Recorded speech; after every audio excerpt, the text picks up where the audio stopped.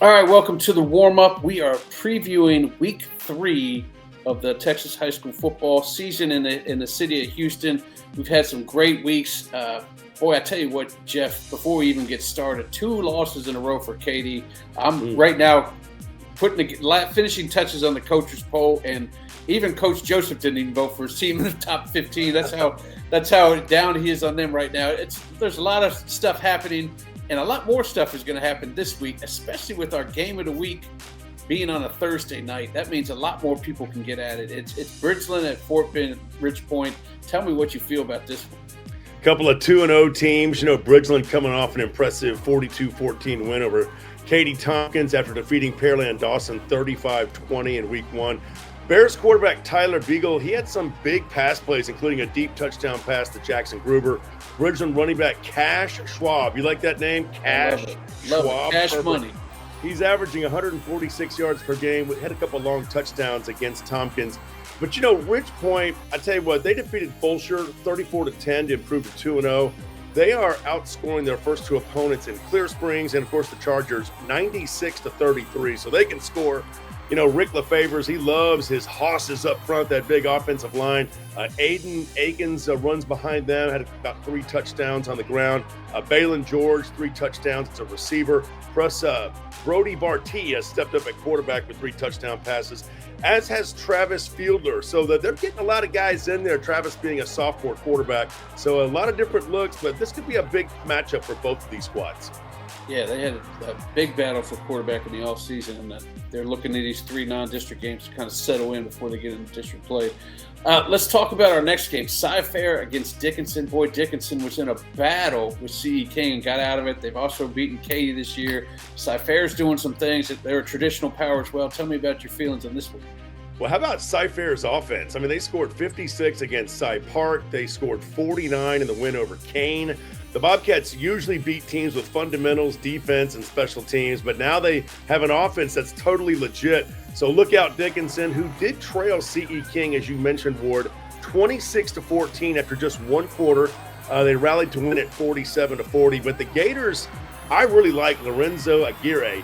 368 yards passing versus King. He's been the surprise performer for Dickinson, in addition to Malachi Gamble. Now, Dickinson head coach John Snelson will tell you his defense stepped up in the second half against King, only allowed 1 touchdown after giving up 33 points in the first half. So if Dickinson can figure out a way to stop somebody right there like they did in the second half, this actually could be a really tough battle for both these teams. And it's wild, it's only week 3, but some districts are starting district play already. And a team that you got to see, Klein Collins, is playing Tomball, which will have huge ramifications on 15-6A. Couple of 2-0 teams. Klein Collins is the real deal. You talk about dominant up front. The Tigers' offensive line completely dominated the Willis Wildcats, who were 25-2 in their previous 27 games heading into last week. Of course, Collins beat the Wildcats 42-13. I was texting you during the game. I know you were shocked. But Tigers head coach Adrian Mitchell, he leans on the ground game because of his quarterback, Braden Schagen. About 50 touchdowns dating back to last year, including 4 last week against Willis. Of course, Tomball defeated Cinco Ranch 24-14 after beating Stratford 43-6 in week 1. Tomball's been a big third-quarter team so far. Jackson Falden has 4 TD passes, leading that aerial assault. Ian Thomas, he's the ground game guy, 3 touchdowns on the ground for the Cougars.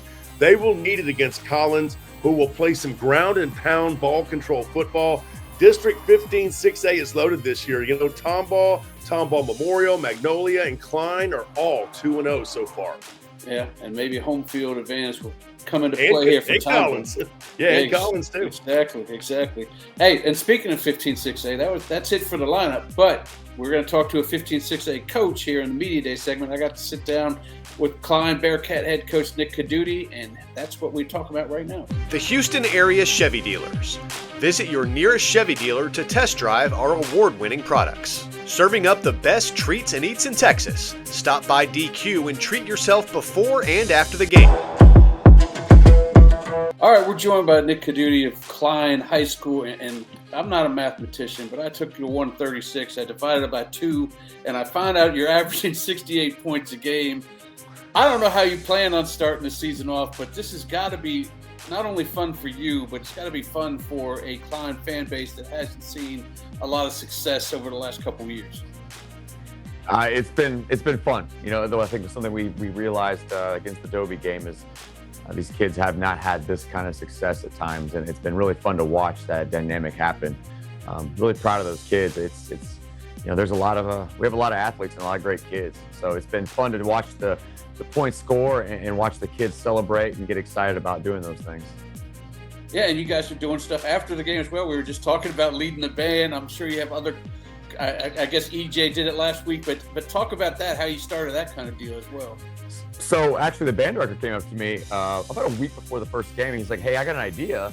And I said, "What's that?" He goes, "Hey, I think after the game, we should make a tradition of you should come after you talk to the kids. You should lead the band because he and I have been talking about getting the band involved and trying to get the whole community involved." And he's like, "The kids would love it if you just come up and conduct the fight song." And I was like, "Man, I really don't want to do it myself. I'd like the kids to do it." I was like, "But I'll tell you what, first game we win, I'll go up there, conduct the band, act a fool so that the kids have an example of what to do." So EJ Kelly went up this week and he got up top, and I got the videos of it, man. He was going to town. He's going back and forth, and the whole place is going crazy. And so it's kind of fun little traditions to start. When you see success, you want these kids to have fun doing those things. Well, you've seen success in the non-district, but at district play, this is where all this stuff really counts. You're going up against one of these stalemates of District 15, 6A, the team that always seem to be in the postseason, and they're not starting off so well over there at Klein Cain, so they're going to be itching for a win. Talk to me about this game and how excited you are about getting into district play. When you come out of district, this is a tough district. So when I took a job, it was one of those things that, this is good football. Top to bottom, this is good football. And, Coach Clancy does a good job over there. Yeah, Klein Cain has always been a staple in this district, and I think they won last year. They share with Tomball. And, to start district with an opponent like Klein Cain, it's something special. It's going to give you a good mark of where you're going to be, and it give you a good standard, I guess, of how you're going to stack up. But it's exciting.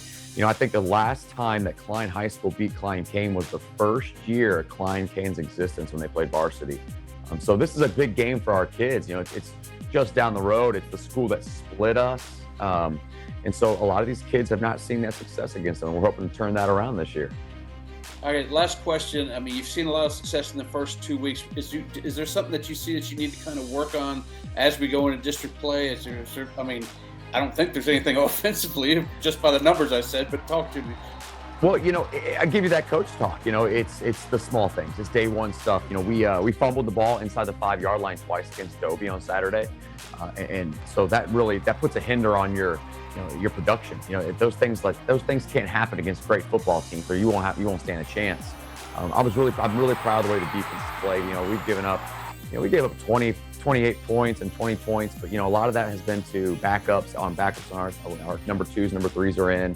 But I'm really proud because the big stepping stone for this place is they've always been able to score points the past year, but defensively, they've struggled a little bit. And Coach Williams, our defensive coordinator, has done a good job of just really getting these kids to buy into the new system. So, it's the small things, day one stuff, mesh points, handoffs, holding on to the ball, things like that. But for the most part, I'm excited, and these kids are buying in. This is a fun group of kids. Well, it's going to be fun out there. Heck, I even got my cameraman with the best camera going out there, which I don't think I've ever said with Klein High School game. I'm usually like, just send anybody out there. But now I got to get the best guys out there. So we're looking forward to it this week, Coach. Hey, we're hoping to give you a great show, my man. The Houston area Chevy dealers. Visit your nearest Chevy dealer to test drive our award-winning products. Parker University. Check out our bachelor's degree in strength and human performance today. Nick Codutti, that's a heck of a guy. And speaking about being a heck of a guy, we start off the agenda with Klein, taking on Klein Cain. And Klein Cain's always been a favorite, but now they're starting off 0-2. Yeah, let's start with Cain. They're coming off a high-scoring 58-21 loss to College Park, who I think might be one of the best teams in the area. But have given up 38 points in the first half by Cain, and that's on the heels of that shootout loss to Cy-Fair that we talked about earlier. So they got to get that defense fixed. Zach Johnson is the leader for Cain. He's the quarterback. He can get it done through the air. They're going to really need him. But the key will be stopping Edward Kelly, who is so shifty under the new head coach, Nick Codutti, who came over from Fulshire. Codutti brings a whole new style of offense for the Bearcats. Klein is much improved. They've averaged 24 points in the first quarter after just 2 games. Klein wants to take advantage of a ground game that is averaging just under 500 yards rushing in their first 2 games. And, of course, Grant Estrada, remember that name. He also runs the ball really well. He's the quarterback for Klein. Oh, absolutely. That one's going to be a doozy. Another team that you've seen, Jeff just joined us here, but he's seen all these teams, so he's going to bring in the knowledge. LaPorte is another team you've seen, and they're playing traditional power P&G at that sweet $56 million stadium that you guys saw Jeff do a story on last week. Both teams 2-0. Port Neches Groves defeated Beaumont United 45-7 last week after beating Klein Oak in week 1 45-20. That was an impressive win. Quarterback Connor Bailey is a stud at QB, and Chris Diaz at running back. P&G's loaded. LaPorte, they've been playing in spurts. You might remember, Ward, they trailed Deer Park 17-0 in week 1 before rallying to win. And, of course, last week they led 21-7 over Kingwood, only to have the Mustangs tie it up going into the fourth quarter at 21-all. So LaPorte, they're energized by Sean Simon. He is a stud for the Bulldogs. He runs with a mission. He's powerful, fast, shifty. Had 217 yards rushing against Kingwood. And Ashton Ruppin, 163 yards on the ground. He can kind of do everything. He plays both sides of the ball. Quarterback Aiden Sines, also a great leader for LaPorte. He can spread it around, had 118 yards passing last week. So that newly renovated Bulldog Stadium, as you mentioned, it'll be rocking with P&G coming to town. That's a huge matchup. Well, another huge one to finish out the agenda is at 4A. And people who remember last year in Belleville putting a beating on Crawford last year at Crawford. Now Crawford's going out to Belleville, but this could be a different story because Crawford lost nobody from that year because it's a new school. And they're an uber talented team going into Belleville. Your thoughts on that one? Well, Crawford is coming off a 55-0 win over Brookshire Royal. Then they defeated Fort Bend Clemens in week 1, 64-7. So they can clearly score. Braylon Fisher averaging 177 yards through the air.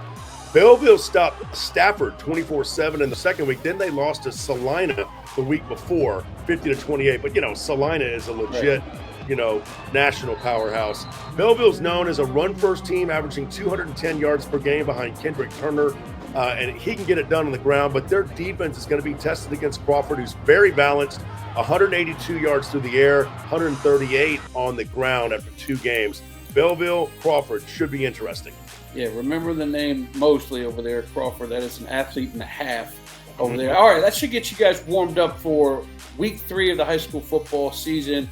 We have another coaches poll rankings coming through. We'll run that for you as we say goodbye.